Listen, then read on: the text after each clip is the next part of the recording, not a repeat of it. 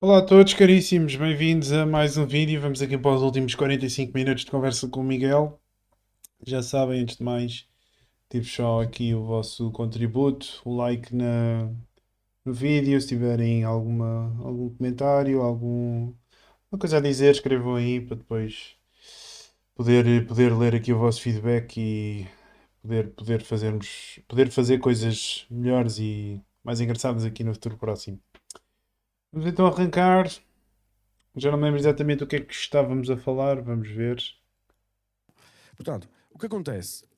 Acontece que isto pode tudo ser uma simulação, que é, no fim, quando eu acordei de noite, acordei durante o Covid. E assim, O Miguel estava a falar aqui da sua tese sobre o cenário macroeconómico aqui para os próximos 10, 20 anos. Ele argumenta que esse cenário que nós teremos em cima da mão será um cenário onde iremos passar por pressões inflacionárias, inflacionistas, o que quiserem chamar. Ou seja, nós até concordamos aqui nesse ponto. Vamos ter um período de repressão financeira em que qualquer pessoa que deixe património em euros, obrigações, vai ser completamente lapidado a nível económico. já sei o que vai acontecer. As pessoas, os nossos governantes, vão governar exatamente da forma como governaram o Covid. Como eles são as mesmas pessoas, eles vão fazer da mesma forma, porque é assim que eles pensam. E quando vier o sofrimento, o que é que eles vão fazer? Eles vão gastar o dinheiro e não vão querer saber. Porque é assim que funciona. Eles estão no poder 2 ou 3 ou 4 anos. Eles têm que resolver aqueles 4 anos. O sistema de incentivos não está lá. Não está lá. Não há skin in the game. Então, não há skin in the game. Então o que é que eu vou fazer? Eu vou chegar lá e digo, o Banco Central está a aumentar. Ninguém quer saber. O problema é que na Europa já não existe um Banco Central a controlar nada. Nos Estados Unidos ainda existe. O nosso Banco Central Europeu não controla nada. Os Estados é que controlam a produção de dinheiro. Com essa forma de dizer ao banco, empresta o dinheiro que eu garanto. Tu sabes qual é a quantidade de dívida corporativa em Itália que já é garantida pelo Estado italiano? 70%. Certo, mas ou seja, o argumento que estás a fazer é que os Estados têm poder, mas lá está, esse poder que os Estados têm está comprovado pelo Banco Central, não é? Pela capacidade Não, o Banco Central não tinha poder de produzir dinheiro. Não tinha, até hoje. Tu sabes bem que o Banco Central não produz dinheiro. O Banco Central... Assim, estamos a falar da questão do debate do QE, se é impressão de dinheiro ou não, é isso? Quem produz dinheiro são os bancos comerciais quando te emprestam dinheiro, certo? Tu chegas lá e dizes, quero 100 mil euros, olho para ti, vou-te emprestar, pumba, nasceram 100 mil euros. Exatamente. Eu no meu balanço ponho 100 mil euros na tua conta e ponho um asset de 100 mil euros da tua dívida que me deves a mim. Exatamente. Nasceram 100 mil euros, não é? É assim. Sim, magia. Pronto, o governo, quando vira-se para ti, quando vira-se para mim que sou um banco e diz, Miguel, empresta 100 mil euros ali ao Francisco, que eu garanto. Então eu já não tenho que me preocupar com nada. Eu tomo 100 mil euros, ele garanto, quer lá saber. Mas isso é produzir dinheiro. Pois, mas isso é o caminho para a catástrofe, não é? Se tu não tens... Não é catástrofe, é inflação. Ok, mas imagina, se tu retiras os incentivos para as pessoas serem... Eu acho que o Miguel, enfim, isto acaba por se resumir tudo à questão que falei no vídeo anterior, aumento de liquidez, perda de poder de compra do euro e naturalmente temos de arranjar aqui alternativas para preservar valor económico aqui para o futuro. Ou seja, eu percebi muito bem aqui o ponto dele, vou ser honesto. Disciplinadas, não é? O que estás a dizer é que o Estado vai garantir a dívida. Eu falo aqui da questão de que os Estados estão a garantir aqui as dívidas das empresas e que os bancos centrais, creio eu, aqui na Europa já não têm, as rédeas já não são verdadeiramente independentes a nível político.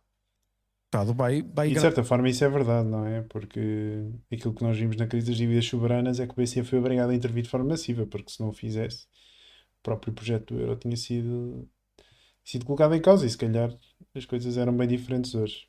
Certo, mas casas das pessoas no Reino Unido já está a fazer. Certo. Vai dizer, olha, e o sistema bancário também é isso que o faz, não é? As pessoas têm confiança nos bancos porque sabem que teoricamente se acontecer alguma coisa o Estado vai estar lá. Exatamente. E vai estar. A questão é que isto depois tens um problema, não é em termos de incentivos, porque quem gera o banco sabe. Ou seja, há vários problemas, mas também é importante frisar já agora que há aquela história dos depósitos bancários serem garantidos até aos 100 mil euros, mas eu creio que no diz respeito ao fundo de garantias, creio que é do Banco de Portugal, o valor que está lá só consegue cobrir, creio que é 1% dos depósitos que teoricamente estão cobertos por esse mesmo fundo de garantias. Ou seja, isto também aqui mais uma vez um jogo de confiança brutal. E o Miguel estava a falar também aqui da questão dos incentivos, que depois a malta, os governos vão andar sempre a imprimir e sim, esse acaba por ser também aqui o grande problema dos incentivos que estão por trás do sistema democrático como o temos hoje, porque os governos só, só trabalham, digamos assim, durante 4 ou 8 anos, ou seja, não existe propriamente um incentivo. Os incentivos não estão alinhados entre quem gera o governo e o interesse nacional a médio e longo prazo. Ou seja, os políticos são muito incentivados a pensar no curto prazo e no curto prazo o que é que também, aliás, e o que é que os mete lá? O que é que os faz ganhar votos? É gastar dinheiro, distribuir dinheiro. É irem à máquina impressora, se for preciso, pedir ajuda do BCE e andar a distribuir. É isso que compra votos, não é? E estar a contratar mais funcionários públicos. Ou seja, por isso é que as coisas como estão, isto, enfim, tem muito pano para mangas. Mas acho que qualquer pessoa consegue perceber que é insustentável. E claro que isto não nos leva a bom caminho e claro que as coisas podiam ser muito melhores. Se já estamos onde estamos, não é? Se tivemos o progresso, se já tivemos o progresso que nós tivemos e que o Miguel referenciou aqui várias vezes durante este episódio, imaginem onde é que nós poderíamos estar enquanto sociedade se realmente fizéssemos uma devida alocação dos recursos e se não tivéssemos assim, aqui uma quantidade enorme ou gigantesca de entidades a viverem à custa dos agentes produtivos da economia. Seria um mundo radicalmente diferente e muito mais próspero. Sabe que pode isso vai andar acontecendo. aqui ou seja, é a história do skin in the game, não é? Tu Não repara, sei se, porque é que as ações o sobem? Taleb, não é? A história do arquiteto, não é? Antes na Babilónia, os arquitetos, quando faziam a casa, os gajos eram obrigados a passar lá umas noites para lá para certificar que ela não caía. Exato. Tu, nos dias de hoje, tu tens esses responsáveis políticos e os gajos dos bancos não pagam pelos erros que fazem, naturalmente que eles vão se dar a luz de fazer aquilo que querem porque sabem que se as coisas correrem mal, vamos estar lá todos para pagar. Isto é manifestamente injusto, não é? Mas O que eu falei aqui é que não existem então esses. Os incentivos não estão alinhados na medida em que os políticos e a malta também dos bancos pode fazer o que quiserem e se a coisa correr mal não são chamados a pagar o preço das suas asneiras. Ou seja, claro que isto para o mundo dos mortais não é assim, não é? Se eu começo um negócio e se a coisa corre mal, pago do meu bolso. Se eu cometer algum risco da minha parte, não é? Eu sou chamado, se no meu trabalho eu faço asneira, sou eu que vou pagar o preço depois. É já aqui no que respeita à questão política e à questão também dos bancos, muitas vezes, não, os bancos como têm a chamada representam um risco sistémico se forem abaixo, que é basicamente dizerem que se o banco for abaixo existe o risco disto depois de espalhar para a economia toda e isto colapsar tudo. E o que é que e imagina, se vocês gerem uma instituição dessas, o que é que vocês pensam? Epá, eu posso aqui cometer aqui aliás, eu posso me expor aqui a uma determinada série de riscos que potencialmente irão contribuir para aumentar aqui o nível, os lucros da minha instituição e se a coisa correr mal, o Estado está cá para salvar. Ou seja, nacionaliza-se se a coisa correr mal, não é? O Estado paga e se a coisa correr bem, fixe. Mas reparem que esses bancos só conseguiram assumir esse nível de risco para ter esse nível de rentabilidade porque sabiam que se a coisa corresse mal, os Estados estavam lá para salvá-los. Claro que isto não é sustentável, não é? Enfim, mais uma vez, isto não é um sistema capitalista. Isto é precisamente a antítese daquilo que devia ser um sistema capitalista. É assim que o sistema funciona. Epá, e repara, mas por um lado pensa assim, eles vão fazer o quê? Eles vão dar dinheiro às pessoas, eles vão dar subsídio às pessoas no Covid, eles vão fazer justamente o que as pessoas querem. Repara, as pessoas não compreendem que no fim vão ficar mais pobres. Só para perceber, mas então, elas não compreendem. O teu bearish. Há muita coisa que se pode dizer sobre isto, Miguel. Eu acho que aquilo que as pessoas querem é almoços grátis e os governos vendem essa ideia de que é possível de facto dar almoços grátis e se esquecem-se que para o governo ter recursos para fazer alguma coisa é porque teve de os ir buscar a algum lado. E a questão aqui fundamental é que se esses recursos tivessem sido mantidos no setor privado, esses recursos seriam naturalmente melhor alocados, porque estamos a falar de uma decisão que foi tomada em conjunto pelo mercado, pela interação de variedíssimos agentes económicos, né? De milhões de pessoas, empresas, famílias, etc, etc. Comparativamente a uma decisão que é tomada por, se calhar, um comitê que é criado pelo Estado para pôr os fundos, porque é estratégia colocá-los num determinado setor. Ou seja, uma decisão que é tomada de forma indireta através do mercado, através da interação de milhões de pessoas, será sempre melhor a nível qualitativo e também, enfim, também podemos fazer o argumento a nível ético e a nível moral do que uma decisão de uma dezena de pessoas que acham que sabem aquilo que é melhor para a economia, que andam aqui a brincar como se fossem Deus, não é? Deus todos poderosos e têm estes poderes mágicos de andar a tirar dinheiro de um lado, a pôr no outro. Enfim, claro que isto depois dá asa a muitos problemas. Por acaso, num documentário giro, se quiserem falar desta, não tanto a questão política, mas já da questão aqui do sistema financeiro e do sistema bancário. Aliás, temos, claro, o documentário do. Aliás, o filme, o Big Short, que é baseado no filme no livro do. Agora esqueci-me do Michael Lewis, que é do Liar's Poker também, para a malta de finanças, quem gosta de obrigações. Um livro giro. Michael Lewis, exatamente. O Big Short foi um filme que foi adaptado então do livro que ele escreveu. Temos também um documentário sobre a crise financeira de. Vamos lá ver aqui. Matt Damon, Wall Street. Foi narrado pelo Matt Damon.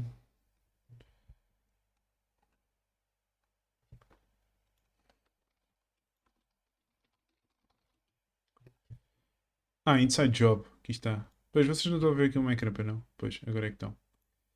Inside Job. Este comentário vale muito a pena ver. Sobre a crise financeira aqui de 2008, 2009. E, enfim, temos o Big Short também, que estava a falar. Michael Lewis. Toda a gente provavelmente já viram este filme. Muito fixe também. Existe o Liar's Poker, que foi o primeiro livro que ele escreveu. Michael Lewis. Para a malta também de finanças. Muito fixe. O estilo de escrita dele é muito fixe. Tem mais os livros interessantes, mas fica aqui a sugestão. Ok, vamos continuar aqui com a nossa reação. Ok, se digamos assim, Bitcoin é mais as próprias pessoas. As pessoas não querem lutar pela liberdade, não querem lutar, não serem responsáveis, atribuírem, digamos assim, o seu sustento ao Estado. É essa a tua visão, não, então? A mim eu elaborava de outra forma. O meu bearish case é quem manda no mundo. Exército americano. Exatamente. Ainda não explicaste como é que eles matam. Eles não matam. Eles não deixam é que seja relevante. Mas como é que eles conseguem isso? Ou seja, as pessoas, naturalmente, devido à interação dos mercados... Pegas em meia dúzia de pessoas, presidente dos Estados Unidos, que é alguma pessoa da Europa, ou 2 ou 3 e 4 economias da Europa, pegas nos japoneses, reúnes essa pessoa e dizer vamos proibir estas moedas. Mas vai ficar uma coisa residual do PIB mundial. Mas quer dizer, eles andaram a dizer estes anos todos que isto é só uns maluquinhos atrás dos computadores, que isto não serve para nada e agora vão proibir.